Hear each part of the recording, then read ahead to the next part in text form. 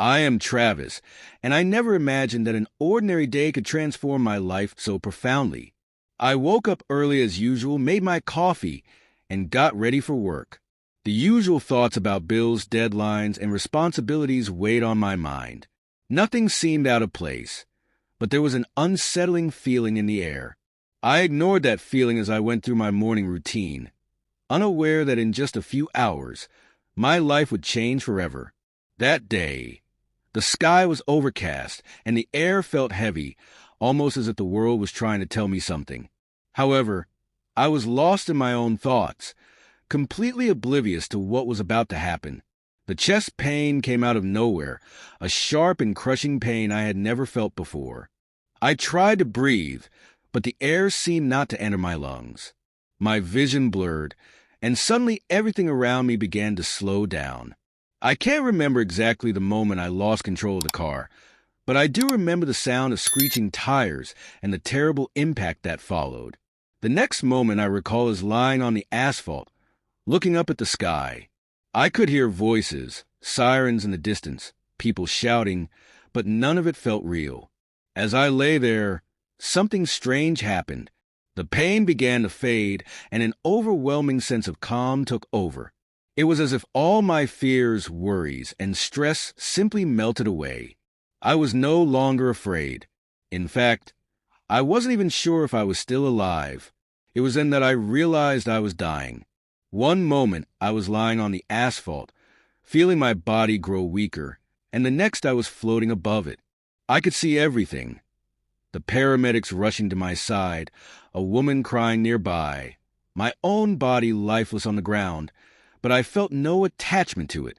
There was no fear, no panic, just a strange sense of detachment, as if I were watching a movie.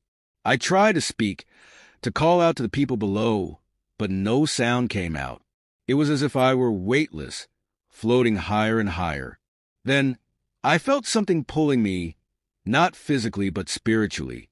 It was as if an invisible force was guiding me upward.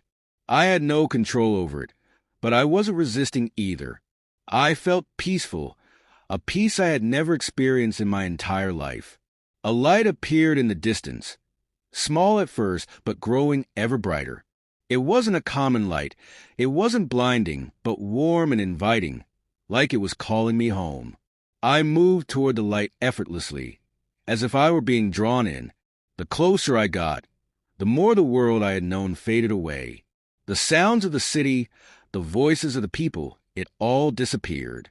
All that was left was the light and an overwhelming sense of love that wrapped around me like a blanket. Then, just as I was about to step fully into the light, I heard a voice. It wasn't loud, but it was powerful, resonating deep within my soul. "It's not your time yet." Everything around me changed the instant I heard those words. I was no longer floating, no longer a mere spectator. I was in a place that felt both familiar and unknown. It was bright, but not in a way that hurt my eyes. The air was thick with warmth, but not the kind that makes you sweat. It was pure comfort, a presence so strong and powerful that I could feel it wrapping around me like a soft embrace. In front of me, a tunnel stretched far into the distance, made of pure glowing light, pulsing with life as if it were breathing. As I took a step forward, I noticed something incredible. The tunnel was not empty. On either side, shadowy figures stood watching me, their forms shimmering like waves of energy. I couldn't see their faces clearly, but I knew they were souls, people who had crossed over before me. Some felt familiar, like I had known them in another life, while others were complete strangers. They weren't speaking, but I could hear them, not with my ears, but with my spirit. They were welcoming me, comforting me, letting me know I was safe. It was the most beautiful feeling I had ever experienced. I continued forward, drawn deeper into the tunnel. With every step, I felt lighter, as if all the burdens I had carried in my earthly life were falling away. Then, at the end of the tunnel, I saw him. The figure was there, emanating light, not just around him, but from him. His presence was overwhelming, a mixture of love, peace, and power. I knew without a doubt that I was standing before a divine presence. I couldn't move, I couldn't speak. All I could do was feel, and what I felt was beyond words. The figure looked at me, and in that single gaze, I saw my entire life flash before me. Every moment, every decision, every mistake, every act of kindness, it was all there laid bare before him. But there was no judgment in his eyes, only understanding. Then he spoke, and his voice was like thunder and a whisper at the same time. "You are not here by accident, Travis." I wanted to ask why I was there, what was happening, but before I could, he raised his hand, and suddenly everything changed. I was no longer standing in the tunnel. I was somewhere else, a place I had never seen before but somehow felt deeply connected to. And that's when he showed me the truth about a people who had been forgotten, whose stories had been distorted and erased. I stood there, frozen in awe, as the divine presence extended his hand toward me. His eyes held a depth of knowledge I couldn't comprehend, and in that moment, I knew I was about to see something important, something that had been hidden from the world for far too long. Without a word, everything around me shifted. The tunnel disappeared, and I was standing in a vast, open space. Neither earth nor heaven, but something in between, a place where divine truths were revealed. As I stood in that vast space, images began to form in front of me, like moving paintings made of pure energy. The first thing I saw was a prosperous ancient civilization, full of wisdom and spiritual power, not unlike what we know as Africa. I saw ancient cities, strong civilizations, and people full of resilience and spiritual knowledge. These people were not broken. They were not weak. They were chosen, endowed with gifts, power, and knowledge that many had tried to erase from history. Then the voice of the divine presence resonated within me. "The world has lied about them," he said. "They are not what they have been led to believe." They were given gifts, power, and knowledge that many tried to erase. The images changed again, and I saw chains, ships, and people being taken from their homelands. I saw suffering, pain, and generations being taught they were less than they truly were. And then I saw something even more shocking. I saw spiritual forces working behind the scenes, intentionally suppressing the truth. The divine presence spoke again. The oppression was not just physical, it was spiritual, because if they knew who they truly were, the world would change. My heart raced. This wasn't just history. It was a spiritual battle that had been going on for centuries. The deception was deep, and most of the world had no idea. But then the vision changed again. I saw modern times, people waking up, realizing their worth, reclaiming their power. The same people who had been led to believe they were nothing were starting to remember who they truly were. The divine presence smiled. "The time of revelation has begun. They will rise again." Tears filled my eyes. I had never felt something so profound. The truth had been hidden, but not forever. It was coming to light. The visions didn't stop. The divine figure raised his hand again, and I was pulled deeper into the revelation. I saw a time long before slavery, before colonization, before oppression. I saw a world where black people had spiritual knowledge that was powerful beyond words. They understood the connection between heaven and earth, between spirit and the physical world. They had divine wisdom that was passed down from generation to generation. I saw prophets, leaders, and warriors, men and women who had direct communication with the divine. They didn't need intermediaries. They could speak directly to heaven. The divine presence looked at me with an expression full of sadness and love. "That is why they were targeted," he said, "because those who rule the world fear those who carry divine wisdom." My mind was racing. It all made sense now. The attempts to strip away their culture, their faith, their identity, it wasn't just about control. It was about taking away their connection to the truth. As I watched, I saw something incredible.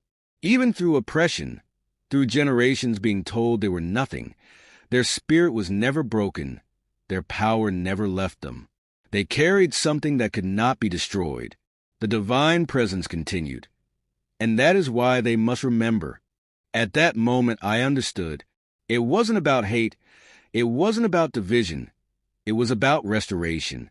The world had been built on lies, but the truth was rising. The vision changed again. This time I saw a great awakening. People of all nations, but especially those connected to the ancient civilization, rising up and realizing who they were. I saw them breaking mental chains, reclaiming their spiritual power. It was unlike anything I had ever seen. The world had tried to erase them, but they were stepping into the truth. And as they did, something miraculous happened. The world itself began to shift. The divine presence turned to me once more. The prophecy is unfolding, he said. They will lead the world into a new era of spiritual awakening. I gasped. Was this why I was being shown this? Was I supposed to share this message? Yes, the divine presence answered, reading my thoughts. You must tell them.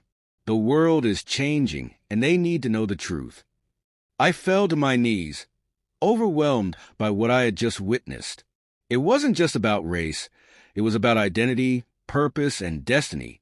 It wasn't about one group being superior to another. It was about restoring balance, about unveiling the truth that had been hidden for centuries. They were chosen, the divine presence said, but so were many others.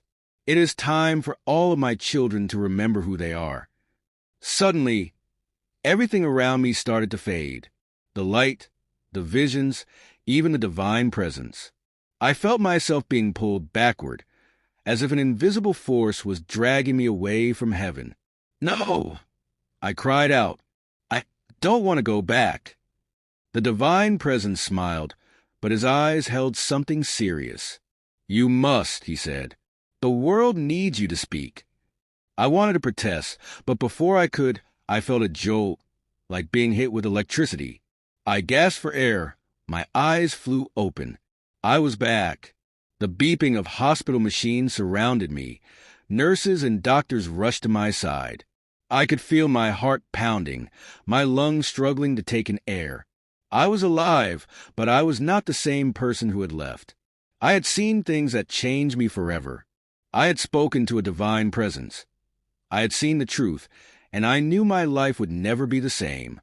When I woke up in the hospital, everything felt different. The air felt heavier, the lights too bright, the voices around me too loud. I was alive, but I didn't feel like the same person who had left that day. The doctors and nurses were talking, but their voices sounded distant, like an echo of reality that I could barely grasp. My family was there too, crying, holding my hands, thanking God that I had survived. But I couldn't focus on any of it. My mind was still in that other place, still replaying everything I had seen. I had spoken to a divine presence. I had been shown the truth, and now I was back in a world that knew nothing of it. For days, I barely spoke. I could see the worry in my family's eyes, the way they whispered when they thought I wasn't listening. They thought I was in shock, traumatized by the accident. Maybe I was, but not for the reasons they thought. I was struggling with something much bigger than myself. How could I tell people what I had seen? Who would believe me? I tried to push it away, to convince myself it had just been a dream, a hallucination brought on by my near-death experience. But I knew better. It wasn't a dream, it was real. And the longer I stayed silent, the heavier the weight of what I knew became. One night, unable to sleep, I found myself staring out the window, watching the city lights flicker in the distance. And that's when I heard the voice again, soft but undeniable. Speak. I turned sharply, but no one was there. Yet deep in my soul, I knew what it meant. I couldn't keep this to myself. I had to tell people, but where would I even begin? The first time I tried to talk about my experience, I was met with skepticism. I gathered my closest friends and family, determined to share what I had seen, what the divine presence had shown me about that ancient people and their hidden spiritual power. But as soon as I started speaking, I saw the doubt in their eyes. You were in an accident, Travis, my sister said gently. Maybe your mind was just... No, I interrupted. It wasn't a dream. It wasn't my imagination. It was real. I continued, telling them everything: the tunnel, the encounter with the divine presence, the revelation about the ancient people and their divine connection. I spoke with passion, with conviction, hoping that something in my words would reach them. But when I finished, there was only silence. Then my best friend cleared his throat and gave me a forced smile. "Well, that's interesting," he said hesitantly. "I mean, maybe it's symbolic, you know? Maybe your mind was just processing everything that's happening in the world." I felt my heart sink. They didn't believe me, not really. I tried again with others, church members, acquaintances, even strangers online. But time and time again, I was met with the same reactions. Some dismissed it as a hallucination. Others told me to keep it to myself, and some even got angry, saying I was trying to push an agenda. It was frustrating, painful. I had been given this message for a reason, yet no one wanted to hear it. Then, one night, while I was alone, questioning whether I should just stop trying, I heard the voice again, "Keep speaking." And I knew I couldn't give up. The more I spoke, the more resistance I faced. It wasn't just skepticism. Things started happening that I couldn't explain. My phone would randomly shut off when I was writing about my experience. Videos I recorded about my near-death experience would mysteriously disappear. Strange calls from unknown numbers began flooding my phone, with voices on the other end breathing heavily but saying nothing. At first, I brushed it off as paranoia. But then one night, something happened that I couldn't ignore. I had just finished recording a message about my experience, talking about how that ancient people had been spiritually oppressed for centuries, and I was about to upload the video when my computer screen flickered and then the entire video vanished. Just like that, in the blink of an eye. I tried to recover it, but it was gone, not in the recycle bin, not saved anywhere, just completely erased. A chill ran down my spine. I looked around my apartment, suddenly feeling like I wasn't alone. That's when I saw it, a shadow moving across my living room wall. I gasped, spinning around, but there was no one there. "Keep speaking," the voice whispered again, but this time it felt closer, almost urgent. I knew then that I was facing something bigger than I had ever imagined. It wasn't just about me sharing a story. It was a spiritual battle, and whatever forces were trying to keep this truth hidden, they weren't happy with my persistence. I had a choice to make. I could stop, let doubt, fear, and resistance silence me. I could pretend this never happened, go back to my normal life and never speak of it again. Or I could fight. I could keep sharing the message, no matter the cost, no matter who doubted me, no matter what tried to stop me. I thought back to that moment with the divine presence, the way it looked at me when he showed me the truth about that ancient people. He had chosen me to see this for a reason. And if I turned away now, I would be turning away from him. So I made my decision. I started writing, speaking, sharing my experience with anyone who would listen. I didn't care if people laughed at me, if they doubted me, if strange things kept happening around me. I knew the truth, and the truth had to be told. So, if you're reading this right now, it means that despite everything, I kept going. And now I need you to do something for me. Share this message, because this isn't just about me. It's about all of us. The world is waking up. The truth is being revealed, and it's time for everyone, especially those connected to that ancient civilization, to remember who they truly are. This is just the beginning. At first, it felt like I was screaming into the void. No matter how passionately I spoke, how deeply I believed in the message the divine presence had shown me, people still refused to listen. But then something changed. One day, I shared my testimony online, just as I had done many times before, but this time it went viral. I don't know what was different about this particular post. Maybe it was the way I worded it. Maybe it was a growing spiritual unrest in the world. Or maybe, just maybe, it was finally time for the truth to be heard. Within hours, thousands of people were commenting, sharing, and engaging. Some people still doubted. Of course, some called me crazy, a liar, or worse. But for every skeptic, there were 10 others who felt something stirred deep inside them. I don't know why, but your words resonate with me. I've always felt there was something missing in what we were taught. Tell me more. These were the messages I received, messages from people who were starting to wake up. And that's when I realized it wasn't about convincing the whole world at once. It was about planting seeds. Not everyone would believe immediately. Some would never believe at all, but those who were ready, they were listening. The revelation the divine presence had shown me was no longer just my burden to carry. Others were feeling it, seeing it, recognizing the truth. And as more people started speaking out, something incredible happened. Connections began forming. Scholars, historians, spiritual leaders, even people who had never believed in God before, all started coming together. The things I had seen in my vision, others had seen pieces of them too. We had all been given fragments of the truth, and now we were putting them together. The more the message spread, the stronger the pushback became. It wasn't just people doubting me anymore. Something darker was fighting against me, against us. I started receiving threats, not just from random online trolls, but from people who seemed to know things about me that they had no way of knowing.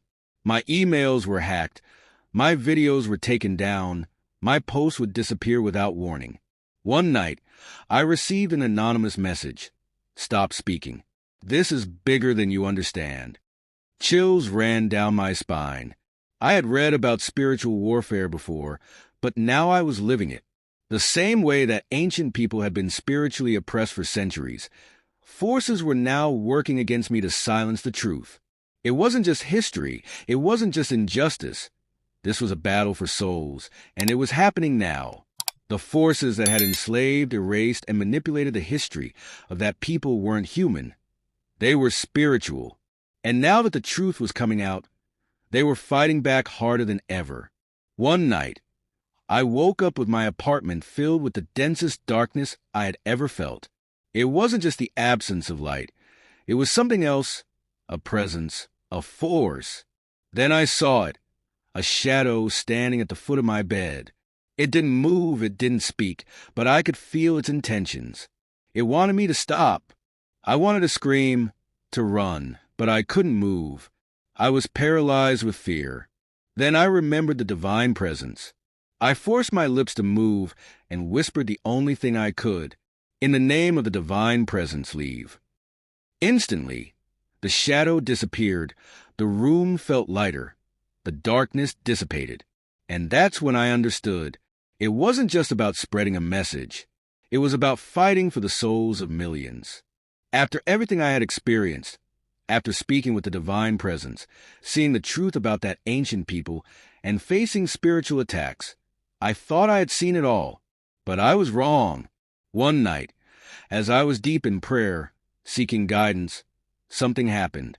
I wasn't asleep, but I wasn't fully awake either. It was as if my spirit had been pulled into another realm, a place where time did not exist. And in that place, I was shown the future.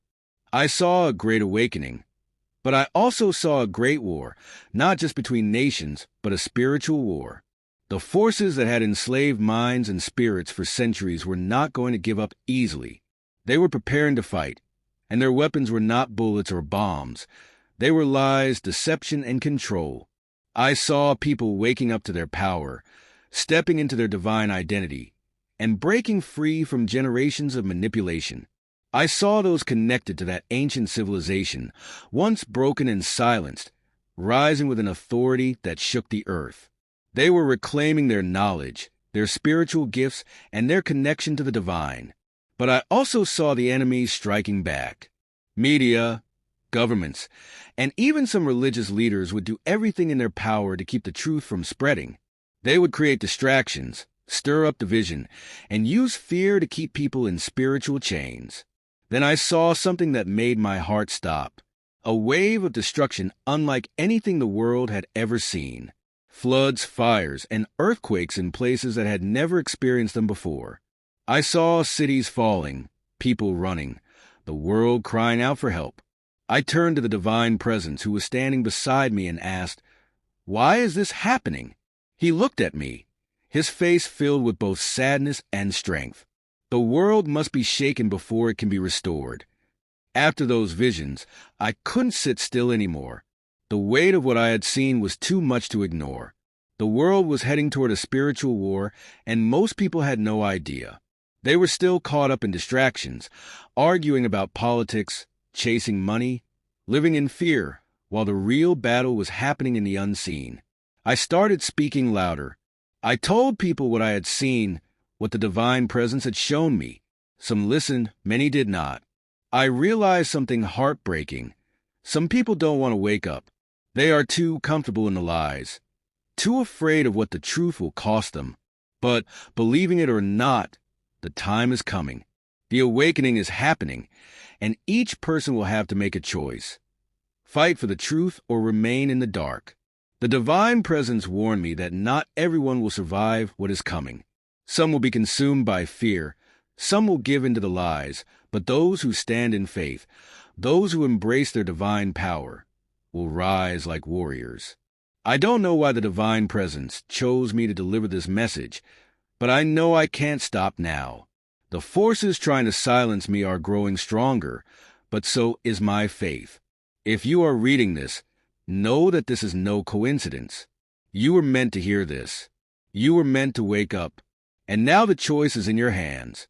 I don't know how many more times I will be able to speak out before something tries to stop me again. But before I go, I need you to understand this. This is not just my story. This is your story. The truth is coming to the surface whether the world is ready or not. The spiritual battle is already happening, and you have a role to play. Maybe you have felt it. The feeling that something in the world is off, that you were made for something more. That's because you were.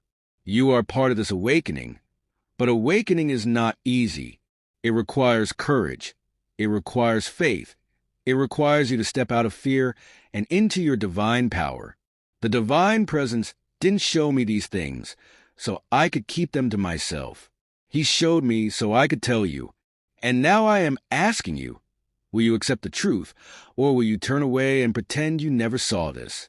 The world will try to distract you. The enemy will try to make you doubt. But deep down, your soul already knows the truth. This is your moment.